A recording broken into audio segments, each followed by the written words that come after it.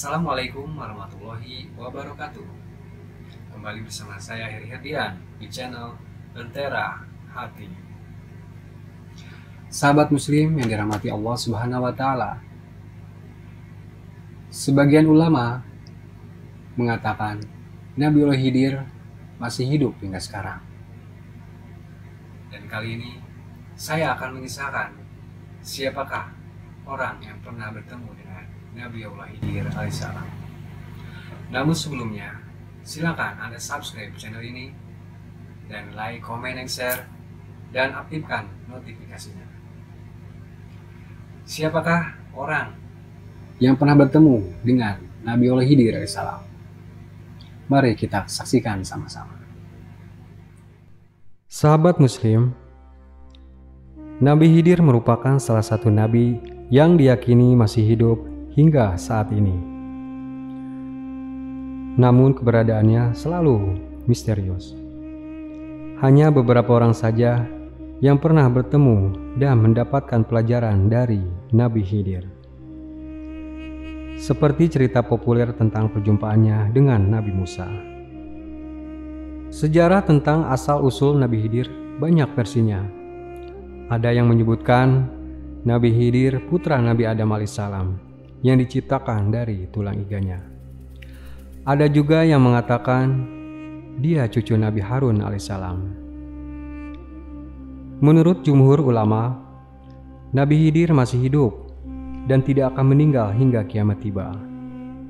Namun tak berarti Nabi Khidir kekal, lantaran dia tetap meninggal dunia, sehingga tak bersambung dalam masa kehidupan dunia dan akhirat.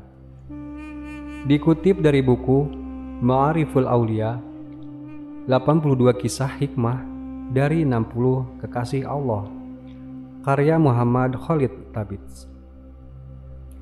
Selain Nabi Musa, berikut deretan orang-orang yang pernah bersua dengan Nabi Khidir. Nabi Khidir alaihissalam selalu datang kepada Ali Zainul Abidin, cucu Nabi Muhammad SAW. Abu Hamzah Al-Samali meriwayatkannya, sebagaimana dilansir oleh Abu Nuaim dalam kitab Hilyat Al-Aulia. Dalam riwayat tersebut, Abu Hamzah bercerita, Ali Zainul Abidin sempat bertemu Nabi Khidir. Ketika dia sedang bersedih, Ali merasa takut karena hidup di dunia dan entah apa yang terjadi ketika sudah di akhirat nantinya. Ali pun tiba-tiba didatangi oleh seorang pria tampan berpakaian rapi dan indah. Lalu pria itu bertanya pada Ali, "Mengapa dia bersedih? Wahai Ali ibnu Al-Hasan, mengapa kau terlihat sedih dan tertekan? Apakah karena dunia? Ia adalah rezeki yang ada, dimakan oleh orang baik dan orang jahat." Aku menjawab, "Bukan karena dunia aku bersedih, karena dunia seperti yang kau takutkan. Apakah karena akhirat? Ia adalah jalan yang pasti. Urusan di dalamnya ditetapkan oleh Raja yang Maha Kuasa." Tanyanya lagi, "Bukan karena itu aku bersedih, karena akhirat seperti yang engkau sampaikan," jawabku. Saat itu Ali takjub sekali akan fitnah yang berasal dari Ibnu Al-Zubair. Kemudian pria itu menegaskan akan kuasa Allah yang selalu melindungi dan mengabulkan setiap permintaan hambanya. Tiba-tiba pria itu pergi dan menghilang. Lalu ada yang memberitahu Ali bahwa pria yang menyambanginya adalah Nabi Khidir. Muhriz Ibnu Khalaf. Muhriz Ibnu Khalaf adalah seorang sastrawan. Syekh Muhriz Ibnu Khalaf bertemu dengan Nabi Khidir. Sebagaimana diriwayatkan oleh banyak orang, salah satunya oleh Abu At-Thahir Al-Farisi dengan sanad Al-Dasturi, Al-Qatan, Al-Abid.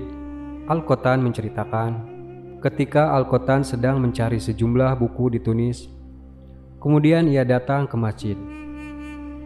Di sana ia bertemu dengan saudara sastrawan, yaitu Muhriz Ibnu Khalaf. Dia pun menanyakan keberadaan seorang sastrawan tersebut. Lalu ada yang mengatakan bahwa dia ada di sebuah masjid dan sedang berbicara bersama seorang pria tidak dikenal. Al-Qatan pun segera menyalakan lampu, lalu menghampiri Syekh Muhriz untuk mencari tahu siapa sebenarnya. Anehnya, ketika dia sedang mendekati masjid, tiba-tiba lampu padam, lalu menyalakannya lagi hingga 3 kali. Saudara sastrawan pun mengatakan pada Al-Qatan jika pria tadi yang bernama Muhriz sudah keluar. Qatan pun bertanya pada Muhriz, dan bila tidak memberitahunya maka dia akan menyebarkannya.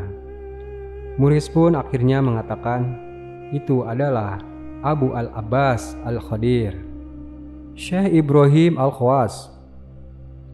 Sebagaimana telah diriwayatkan oleh Khatib Al-Baghdadi sepulang dari sebuah perjalanannya, Syekh Ibrahim Al-Khawas pernah ditanya, "Apa yang kau alami selama perjalanan?"